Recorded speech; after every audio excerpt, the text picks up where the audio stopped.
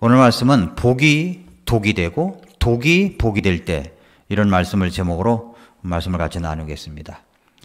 우리가 인생길을 이렇게 쭉 지나가다 보면은 60이 넘고 70이 넘다 보면 가장 고비가 언제쯤이었던가 이런 생각을 갖게 합니다. 제 생각에는 50 전후가 아닌가 이렇게 생각이 들어요. 50 전후가 아닌가. 세상 말로 9수가 있다고 그러잖아요. 39에서 40 넘어갈 때, 49에서 50 넘어갈 때, 59에서 60 넘어갈 때, 뭐 그런 이야기를 합니다.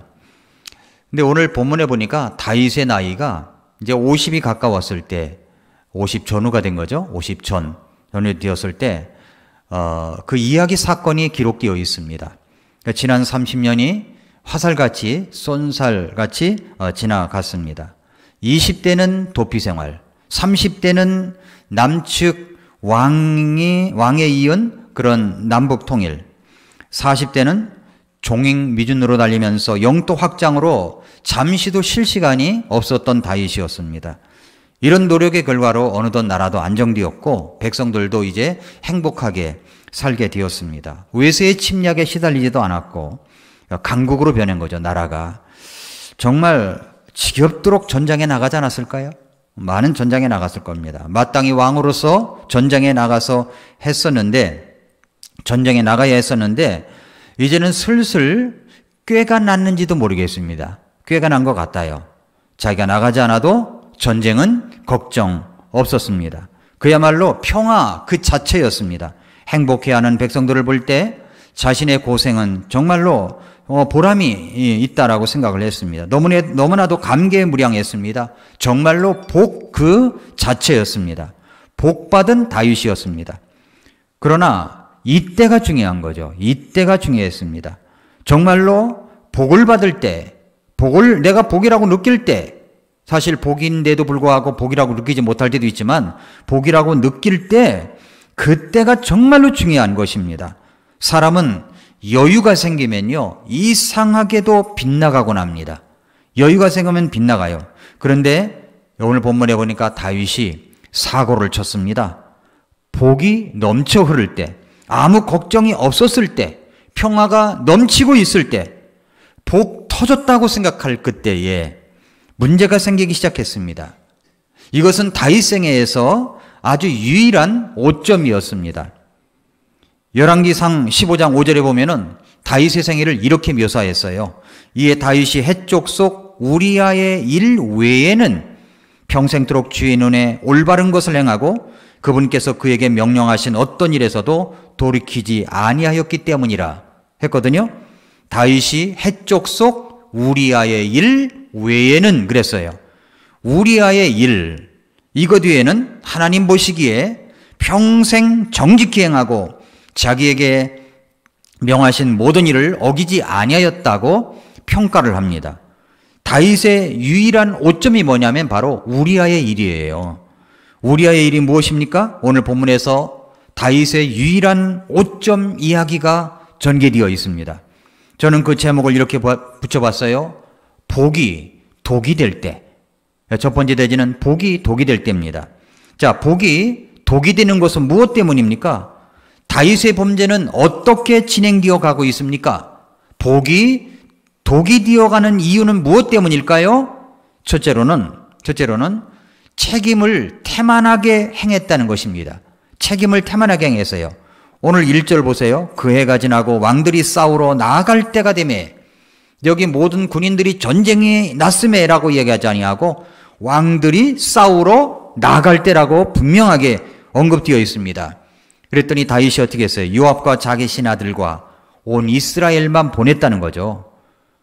그래도 문제가 없었다는 거예요. 다윗은 여전히 예루살렘에 머물러 있었더라라고 얘기를 합니다. 다윗은 마땅히 출전을 해야 됨에도 불구하고 예루살렘에 그대로 있다고 말씀합니다. 이것이 범죄의 첫 번째 원인이 된 거예요. 왕이 책임을 지고 전쟁의 현장에 있어야 하는데 그렇지 않았다는 것을 보여주고 있습니다. 일찍이 청교도들은 이렇게 이야기를 했어요. 게으른 마음, 나태한 마음은 사탄의 공작실이다 그랬어요. 내게 맡겨주신 책임을 다하고 있는가? 주께서 나에게 부과하신 의무들에서 후퇴하기 시작할 때 내 삶은 벌써 기울어졌다고 볼 수가 있는 겁니다. 오늘 말씀에서 그러나 다윗은 예루살렘에 여전히 머물러 있었더라 라고 하십니다. 어떤 일에 집중하여 일을 하다 보면 쉬고 싶을 때가 있죠. 그런데 쉬면 어떻게 되는지 아십니까? 쉬어서는 안 되는데 쉬고 싶을 때가 있어요. 쉬면 안 되는데 수년 전 어느 신문에 이런 글이 있는 것을 발견했습니다. 플라시드 도밍고가 미국의 하버드 대학교에서 명예음악 박사 학위를 받았습니다. 1941년생이에요. 그런데 그분이 이제 69세 때 결장암 수술을 받았어요. 73세 때 하버드 명예음악 박사 학위를 받았습니다. 그런데 이제 70세에 뉴욕 메트로폴리탄 오페라 무대에서 공연도 했어요. 지금까지 유례없는 130여 개가 넘는 오페라 배역을 소화해냈습니다. 100편 넘게 오페라 작품을 앨범으로 냈고 3,500회가 넘게 오페라 무대에서 전무후무한 공연 대기록을 세웠습니다. 그런 도밍고의 좌우명이 무엇이냐고 물어봤더니 이렇게 말합니다. 쉬면 녹슨다였대요. 쉬면 녹슨다. 우리 한국의 최고령 목사님으로 돌아가신 방지일 목사님이라고 계십니다. 2014년도에 돌아가셨어요. 그런데 1911년생이에요. 1911년생. 돌아가시기 전까지만 해도 가족들이 함께 모여가지고 가족 수양회를 했답니다. 가족 수양회를 하면 방지일 목사님의 말씀을 들었는데 그분은 평양신학교를 졸업하고 37년부터 57년까지 그러니까 해방되기 이전부터 해방된 이후 57년까지 20년 동안 중국에서 선교사로 활동하신 분입니다. 그는 당시 서구 언론에 공산화된 중국 땅에 마지막으로 훌륭한 외국인 선교사가 있다는 사실이 알려지면서 많은 외국의 많은 국가들이 구사일생으로 뒤늦게 방지일 목사님을 구출해가지고 홍콩을 거쳐서 귀국한 사실이 있습니다.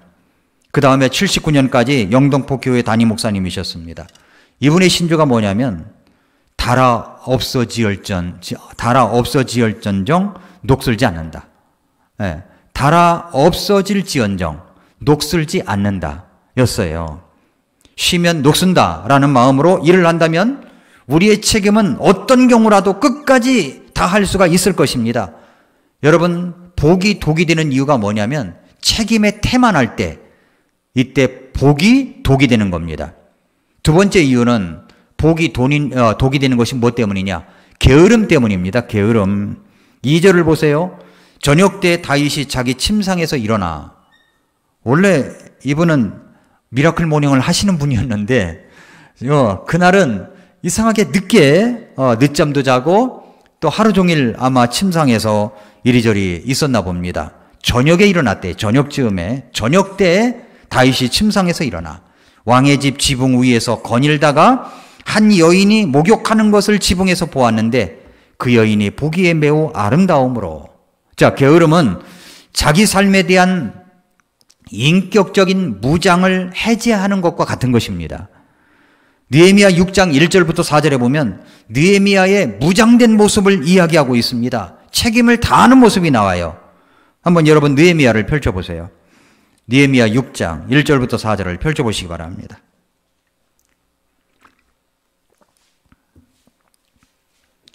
느헤미야 6장 1절부터 4절. 이제 산발락과 도비아와 아라비아 사람 게셈과 우리의 원수들 중 남은 자들이 내가 이미 성벽을 건축하여 그 안에 무너진 곳을 남기지 아니하였다는 것을 들었는데 그때까지도 내가 아직 성문에 문짝을 달지 못하였느니라. 산발락과 게셈이 내게 사람을 보내어 이르기를 오라, 우리가 오노 평야의 마을들 중 어느 하나에서 함께 만나자 하였으나 그들은 내게 해를 끼치려고 생각하였더라. 내가 그들에게 사자들을 보내어 이르기를 내가 지금 큰일을 하는 중이므로 내려가지 못하겠노라. 어찌하여 내가 그 일을 버려두고 너희에게로 내려가서 그 일이 중단되게 하겠느냐?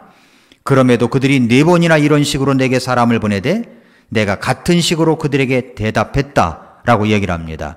같은 식이 뭐예요? 뭐라고 그랬어요? 내가 지금 큰 일을 하는 중이므로 내려가지 못한다. 어찌하여 내가 그 일을 버려두고 너희에게 내려가서 그 일을 중단하게 하겠느냐. 이게 뭐예요? 책임 있는 모습이죠. 게으른 마음이 아닙니다. 주어진 삶의 의무 앞에, 자기의 사명 앞에 책임을 다하는 모습을 볼 수가 있죠. 그러나 다윗은 어떻습니까? 지금 복이 터졌다고 할 때 게을렀습니다. 어떤 일을 거의 성취하고 나서 나태한 모습 속에서 복이 독이 될 수가 있는 것입니다. 그러니까 게으름은 독이 될 수가 있다는 거죠. 왜 복이 독이 되는 것입니까? 세 번째로 정욕을 다스리지 못했습니다. 오늘 11장 2절 3절을 다시 보세요. 저녁 때 다윗이 자기 침상에서 일어나 왕의 집 지붕 위에서 거닐다가 한 여인이 목욕하는 것을 지붕에서 보았는데 그 여인이 보기에 매우 아름다움으로, 뭐 여기까지는 그렇다고 쳐요.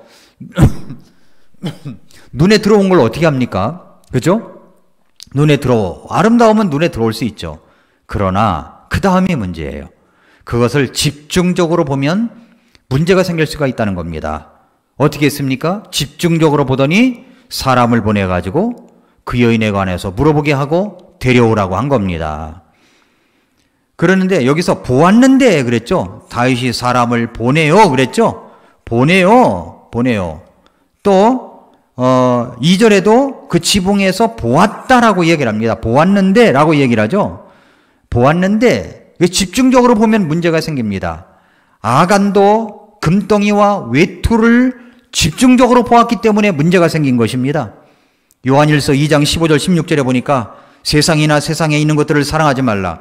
어떤 사람이 세상을 사랑하면 아버지의 사랑이 그 속에 있지 아니하니 세상에 있는 모든 것, 즉 육신의 정욕과 안목의 정욕과 인생의 자랑은 아버지에게서 나지 아니하고 세상에서 나느니라.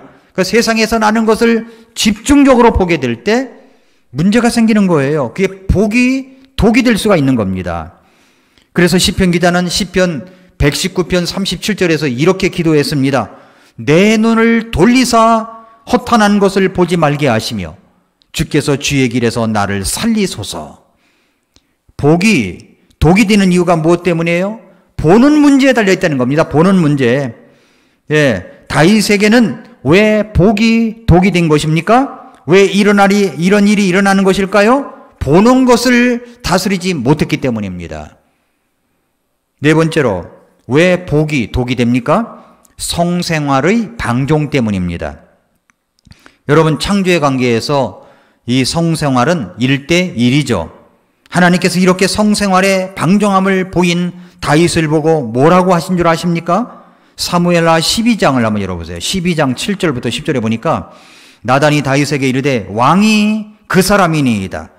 주 이스라엘의 하나님께서 이같이 말씀하시나이다. 내가 네게 기름을 부어 이스라엘을 다스릴 왕으로 삼고 너를 사울의 손에서 건져냈으며 또 네 주인의 집을 네게 주고 네 주인의 아내들을 네 품에 주며 이스라엘의 집과 유다의 집을 네게 주었느니라. 만일 그것이 너무 조금이었을 것 같으면 내가 네게 이것저것을 더 주었으리라. 어찌하여 네가 주의 명령을 업신여기고 그의 눈앞에서 악을 행하였느냐? 네가 칼로 헷족속 우리아를 죽이고 그의 아내를 빼앗아 네 아내로 삼으며 암몬 자손의 칼로 그를 죽였느니라. 네가 나를 업신여기고 헷족속 우리아의 아내를 빼앗아 네 아내로 삼았은즉 이제 그런 까닭에 칼이 네 집에서 결코 떠나지 아니하리라. 이렇게 말씀했습니다. 그러니까 하나님께서는 다윗이 부족하였을 것 같으면 이것저것을 더해 주었을 것이다 라고 말씀합니다. 그런데 다윗은 하나님께서 주시지 않은 것을 자기 것으로 삼으려고 했습니다. 하나님이 주시지 않은 것을 취하려고 하는 것을 하나님께서 뭐라고 얘기하십니까? 하나님을 업신여겼다라고 얘기를 합니다. 업신여긴 거예요. 우리아의 아내 밧세바와 우리아에게 행한 일들을 하나님께서는 뭐라고 말씀하시냐면은 네가 나를 업신여긴 거야. 이렇게 말씀하신 겁니다. 여러분, 업신여김을 받아보셨습니까? 아주 모욕적이지 않습니까? 업신여김을 받았을 때 사람들이 나를 깔본다고 생각할 때 기리기리 날뛴 적은 없습니까? 그런데 하나님께서는 다윗에게 그런 것을 느끼신 것입니다. 우리들의 방종은 하나님을 업신여기는 것입니다. 이것이 바로 독이 되는 겁니다. 왜 독이 되는 것입니까? 그것은 범죄의 연속성 때문이에요. 3절을 보세요. 3절을 보시면 다윗이 사람을 보내어 그 여인에 관해 물어보게 하였더니 한 사람이 이르되 이 여인은 엘리암의 딸이요 헷족 속 우리아의 아내인 밧세바가 아니니까. 범죄는 연속성이 있습니다. 사람들은 일단 죄를 짓게 되면은요, 방어를 하기 위해서 자기의 기제를 사용합니다. 이것을 방어 기제라고 하죠.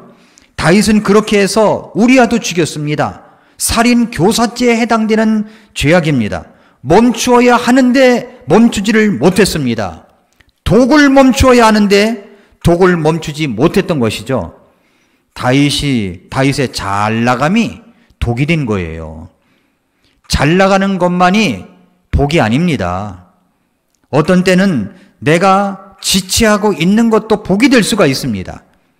내가 뒤로 물러가게 만드는 것이 나를 살리는 복이 될 수가 있는 것입니다. 복이 독이 되었습니다. 우리는 어떻습니까? 우리 자신 한번 살펴봐야죠. 자, 두 번째로 보기 원하는 것은, 그렇다면 반대로 독이 복이 되게 하려면 어떻게 될까요? 네, 독이 복이 되게 하려면, 이것이 이제 사무엘하 12장 1절부터 14절 내용입니다. 여러분, 우리가 잘 나갈 때 조심해야 돼요. 복받았다고 생각할 때, 성공했다고 느낄 때 조심해야 됩니다. 다윗은 정말 잘 나갔던 사람입니다.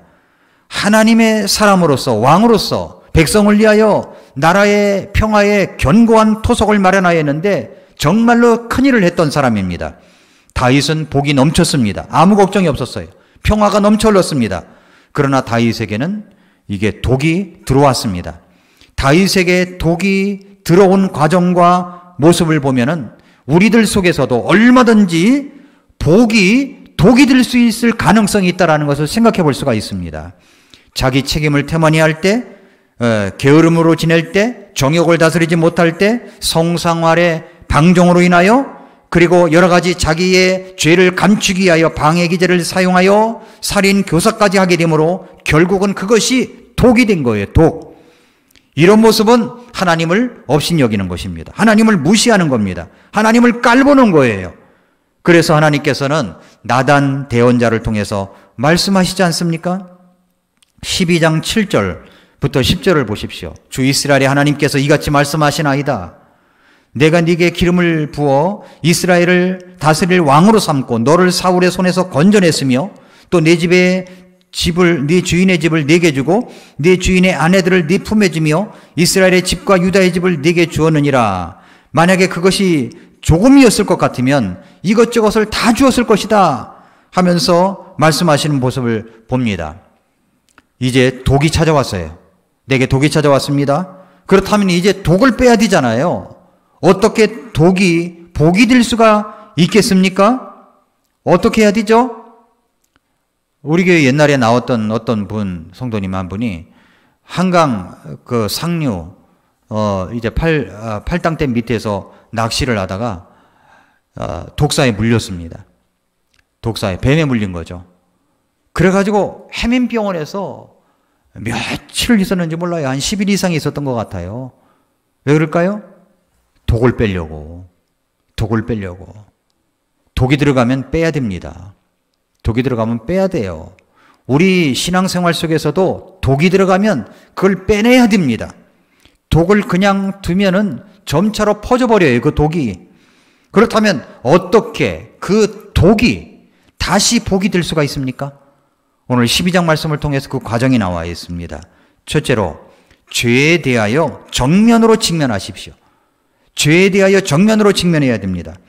다윗은 어떻게 자신의 속에 있는 독을 복으로 바꿨습니까? 다윗은 어떻게 회복이 되었습니까?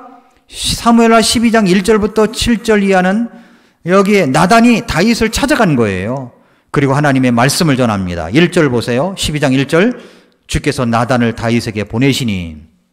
하나님은 하나님의 사람을 보내시고 때로는 하나님의 말씀을 보내시고 때로는 어떤 사건을 보내십니다.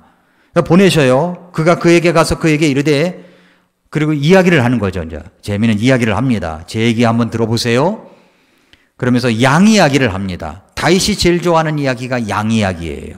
한 도시에 두 사람이 있었는데 한 사람은 부유하고 다른 사람은 가난합니다. 그 부유한 자는 양떼와 소떼가 정말 많았던 사람이고, 가난한 자는 자기가 사서 기른 작은 어린 암양 한 마리 외에는 아무것도 없었다는 거예요. 그래서 이제 그 어린 암양은 마치 그 집에, 가난한 집에 자기 자녀와 같았다는 거죠. 마치 딸과 같았다는 겁니다. 그래서 함께 먹고 함께 마시고 함께 품에 눕고 그랬다는 겁니다. 그런데 어떤 나그네가 부잣집에 손님으로 찾아왔습니다. 손님 대접을 해야 되잖아요. 그런데 손님 대접을 어떻게 했냐면 자기 양떼와 소떼가 많으니까 그 중에 한 마리 골라서 대접을 한 것이 아니라 어떻게 했냐면은 가난한 사람의 양을 빼앗아 가지고 잡아가지고 손님 대접을 했다는 겁니다. 이야기를 듣자마자 5절에 보니까 다윗의 분노가 그 사람을 향해 크게 타오르매 나단에게 이르되 주께서 살아계심을 두고 맹세하노니 이 일을 행한 그 사람은 반드시 죽을지니라. 그가 불쌍히 여기지 아니하고 이 일을 행하였으므로 그 어린 양을 4배나 갚아 주어야 하리라. 그랬습니다. 얼마나 화가 났으면 이렇게 말했을까요? 이야기도 중간에 끊어가면서. 그러자 나단이 뭐라고 합니까? 왕이 그 사람입니다 라고 얘기했어요. 왕이 그 사람입니다. 그리고 이제 7절부터 9절 조금 전에 읽었던 말씀이 계속되는 겁니다. 내가 네게 기름을 부어서 이스라엘 왕으로 삼고 사울의 손에서 건져냈으며 네 주인의 집을 네게 주고 모든 걸 다 줬다는 거죠. 만약에 부족했을 것 같으면, 모자랄 것 같으면 더 주었을 거라 이 말입니다. 그런데 네가 우리아를 죽이고 그의 아내를 빼앗아 그건 네가 나를 없인 여긴 거야 말씀하십니다. 나단은 비유를 들어 이야기하면서 그 사람이 바로 당신이라고 얘기한 겁니다. 당신은 죄인이라고 지적당한 거죠. 자신의 죄를 깨닫게 되었습니다. 그동안 그 죄 때문에 많은 시간을 죄책감으로 보냈던 시간들에 대해서 생각하는 아주 충격적인 지적이었어요. 그러지 않아도 1년 내내 자기 마음에 그 죄책감으로 시달렸던 것이 시편에 나와 있지 않습니까? 하나님은 너 독이 있어 라고 지적해 주십니다. 그리고 그것을 죄라고 깨닫게 해 주십니다. 어떻게 그렇게 해 주십니까? 하나님의 말씀을 통해서 그렇게 해 주십니다. 말씀을 들을 때, 말씀을 읽을 때 나에게 얼마나 큰 독이 있는가를 깨닫게 해 주십니다. 그래서 하나님 앞에 엎드려 기도할 때 나의 독을 깨닫게 해 주시죠. 나에게 독이 있음을 먼저 깨달아야 합니다. 독이 복이 되려면 어떻게 해야 될까요? 먼저 내가 죄인이라는 것, 내가 죄를 졌다는 것을 먼저 시인을 해야 됩니다. 정면으로 직시해야 됩니다. 두 번째로는 죄인인 것을 시인하고 회개해야 됩니다. 내가 죄를 졌다는 것을 시인하고 회개해야 돼요. 다윗은 자신의 잘못된 심정을 시편을 통해서 토로한 적이 있죠. 그는 그렇게 죄를 범하여 독이 임한 후에 자신의 마음에 얼마나 큰 고통이 있었는지 몰라요. 한번 시편 32편을 한번 열어보세요. 시편 32편.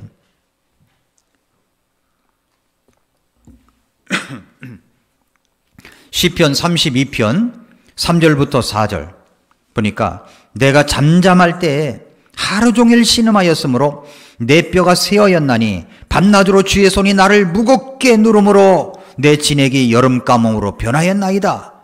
독이 들어왔음에도 그 독을 그대로 놔두고 생활을 하였더니 날마다 신음하는 날들이었음을 이야기합니다. 몸과 마음이 피폐하게 되어 뼈도 독의 증상이 나타나 쇠할 정도가 되었습니다.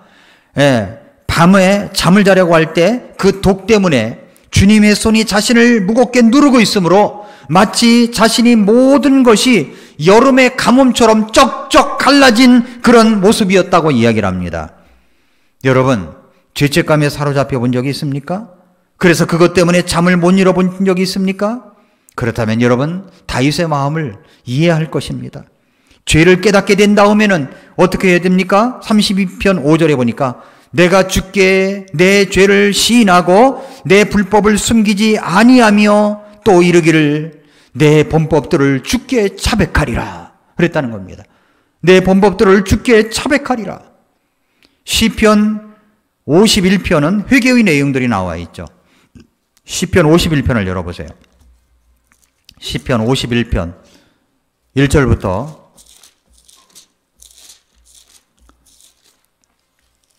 시편 51편 1절부터 보니까 여기 말씀의 제목이 뭐라고 되어 있냐면은 악장에게 준 다윗의 시, 그가 밧세바에게로 들어간 뒤에 대언자 나단이 그에게 왔을 때 지은 시라는 겁니다. 그러니까 이게 사무엘하 여기 11장 12장과 그 상황을 지금 시편 51편에 이야기한 거죠. 오 하나님이여, 주의 인자하심에 따라 내게 긍휼을 베푸시며 주의 친절한 긍휼의 풍성함에 따라 내 범법들을 지워주소서. 내 불법에서 나를 철저히 씻기시며 내 죄에서 나를 정결하게 하소서. 내가 내 범법들을 시인하오니 내 죄가 항상 내 앞에 있나이다. 내가 오직 주께만 죄를 짓고 주의 눈앞에서 이 악을 행하였사오니 이로써 주께서 말씀하실 때 의롭게 되시고 판단하실 때 깨끗하시리이다. 벌써 내가 불법 가운데서 형성되었으며 내 어머니가 죄 가운데서 나를 수태하였나이다. 라고 얘기를 하죠. 쭉 읽어보면은 결국 그렇게 다윗이 자신의 죄를 시인하고 회개하였을 때 찾아온 것이 무엇이었습니까? 용서가 찾아왔어요. 용서가. 32편과 51편을 연결해서 본다면 32편 5절에서 이렇게 이야기합니다. 내가 주께 내 죄를 시인하고 내 불법을 숨기지 아니하며 또 이르기를 내 범법들을 주께 자백하리라 하였더니 주께서 내 죄의 불법을 용서하셨나이다. 이렇게 말씀했어요. 그러니까 내가 자백하면 용서해 주십니다. 용서가 찾아왔어요. 두 번째는 기쁨이 찾아왔습니다. 7절 보세요. 주는 나의 은신처 시오니 주께서 고난에서 나를 보존하시고 구출의 노래들로 나를 애워싸시리이다. 셀라. 내가 너를 훈계하며 네가 가야 할 길로 너를 가르치고 내 눈으로 너를 지도하리로다. 너희는 지각이 없는 말이나 노새같이 되지 말지어다. 그것들의 입은 반드시 재갈과 굴레로 붙들어야 하리니 그리하여야 그것들이 네게 가까이 가지 아니하리라. 사악한 자에게는 많은 고통이 있을 터이나 주를 신뢰하는 자에게는 긍휼히 그를 애워싸리로다. 의로운 자들아, 너희는 주를 기뻐하며 즐거워할지어다. 마음이 올바른 모든 자들아, 너희는 기쁘게 외칠지어다. 이렇게 이야기를 해요. 그러니까 죄 용서가 찾아왔죠. 기쁨이 찾아왔습니다. 세 번째는 복이 찾아왔어요. 시편 32편 1, 2절 먼저 결론부터 내리고 그 다음에 자기 심정을 이야기한 거지 않습니까? 시편 32편 2절에 보니까 자기 범법을 용서받고 자기 죄가 가려진 자는 복이 있도다. 영원의 간사함이 없고 주께서 불법을 인정하지 아니하는 사람 복이 있도다. 용서를 빌었더니 하나님 앞에 자백했더니 용서했고 기쁨이 찾아왔습니다. 그리고 복이 찾아왔다고 이야기를 합니다. 뭐라고 얘기해요? 자기 범법을 용서받고 자기 죄가 가려진 자는 뭐가 있다고요? 복이 있도다라고 얘기잖아요. 복이. 다시 복이 찾아온 거죠. 하나님 앞에서 죄를 정직하게 직면하고 그 죄를 시인하고 회개하였더니 주님께서 그에게 용서와 기쁨과 복을 임하게 해 주셨습니다. 독이 복이 된 거예요. 독이 복이 된 거예요. 우리 속에 있는 독, 그거를 주님께 내놓아야 됩니다. 여러분에게 용서와 기쁨과 복이 임하게 되는 것입니다.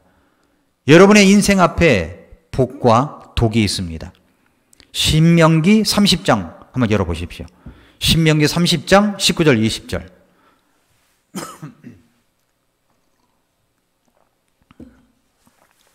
신명기 30장 19절 20절 이 말씀만 보고 말씀을 마치겠습니다. 신명기 30장 19절 20절. 내가 이날 하늘과 땅을 불러 너희에게 증거로 삼노라. 내가 생명과 사망과 또 복과 저주를 너희 앞에 두었나니. 자, 우리 앞에는 생명이 있고 사망이 있어요. 복이 있고 저주가 있습니다. 그러므로 너와 네 씨가 살기 위하여 생명을 택하라. 생명을 택하라. 복을 택하라. 그리하면 네가 주 네 하나님을 사랑하고 그분의 음성에 순종하며 또 그분을 굳게 붙들 수 있으리라. 그분은 네 생명이시요 또 네 날들을 길게 하는 분이시니 이로써 네가 주께서 네 조상 아브라함과 이삭과 야곱에게 주리라고 맹세하신 땅에 거하리라. 여기 놀라운 말씀을 오늘 우리에게도 주십니다. 우리에게도 복과 저주가 있어요. 생명과 사망이 있습니다. 여러분 앞에 그렇게 놓여 있는 것에 어떻게 선택을 해야 됩니까? 너와 네 씨가 살기 위하여, 나뿐만이 아니에요. 내 자식들도 살고 내 자손들이 살기 위하여 생명을 택하라. 생명을 택하라. 그리하면 네가 주 네 하나님을 사랑하고 그분의 음성에 순종하며 그분을 굳게 붙들 수 있으리라. 기도하겠습니다.